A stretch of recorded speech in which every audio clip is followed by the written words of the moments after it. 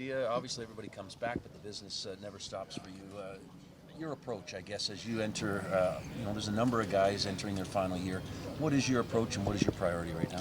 Well, I mean, obviously, everybody wants to get things done quickly, and but when it's guys with 1 year left, they do have 1 year left. They're all excited to be back, and we'll continue to talk to them. I mean, that's really what we've been doing all summer, and I think it's a different landscape. Everyone knows the cap or thinks the cap's definitely going up. So, there's going to be more money out there, and that's probably part of the challenge right now. And then other things are, a lot of teams are right up against the cap because it only went up $1 million this year. So it's been challenging, but we're just going to work through it. Are you, at any point or at any thought, do you think that there's a chance that you want to try and convince those who may have indicated they may not re-sign here? Is there a part of you that thinks, I'm still going to use this time to try and convince them that this is where they want to be long term? Yeah, I mean, they haven't said to me, I want to be traded, I don't want to be here. I think it's the way the season went last year. It wasn't exactly the way we wanted to. Obviously, we had high expectations. We didn't live up to them, and not making the playoffs was a big disappointment. So I think everybody just wants to see. I think with Ryan and myself being new, I think they want to see where this team's at, and I understand that. That's their right, and obviously, we're going to work through that together the rest of the way. So what happens? Does it change it for you if this team is in first place in February? I mean, well, your hope, if we're in first place in February, then guys want to sign. Guys will want to stay, and they'll be excited, and they're happy, and they're having fun, hopefully, and then it does change things. So I do think it's a little bit of they want a wait and see approach to see how the season's going to start, and we're doing the same thing. I only asked because you brought up Johnny Gaudreau and your sort of yes. and haven't learned from that. So what does happen if you, as a run spot, don't have pen to paper from these guys? Then those are the hardest decisions I'll have to make probably to in this job at that point. But like I said in the thing, you just don't want guys to walk for nothing, and that's the hard part. And that's we want to be in first place then, and then those are the really, really tough decisions. And I guess that's what this job. That's when I signed up for this job. I knew it was going to be. There was a possibility, and but right now, I just want to get them back, get them together, and get them playing. And we want to do well. I mean, obviously, we want to be in first place. And then the real hard decisions will come, at that point. Optimistic about some of the conversations you've had with Elias? Yeah, I mean, it's been good. I mean, Elias wants to be here, and it's just, we're working on that with his representation, and then we'll just continue to keep doing that. But, he's, I think it's going in the right direction. Do you put a deadline on players? Like, do you want them signed by a certain date so you can figure out the strategy, or? Well, you'd like to have them signed now.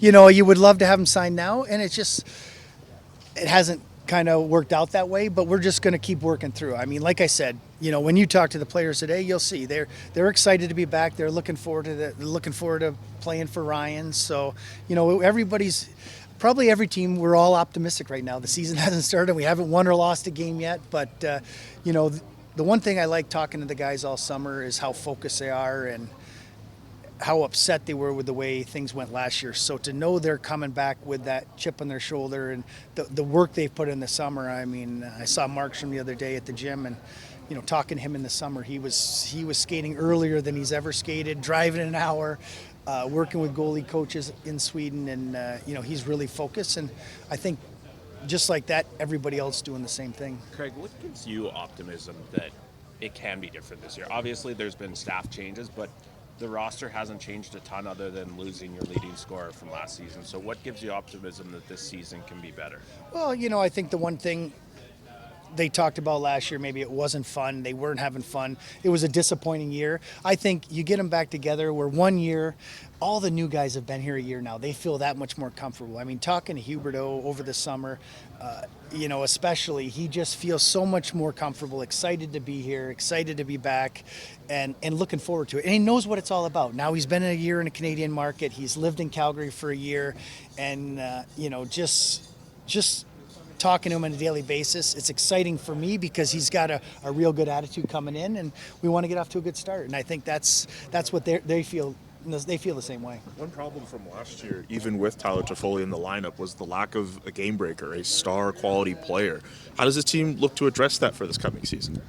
You need those guys to step up. Ryan and I talked about it, though. We need to put those top players in very key situations early and often and put them in positions to score goals. I mean, I think at times last year, end of the game, you know, some of those guys weren't on the ice as much as you'd like them to be on the ice. I think you're going to see those top guys on the ice more. You know, you talk to any top player, they can't do it from the bench. So, you know, they all take pride in it.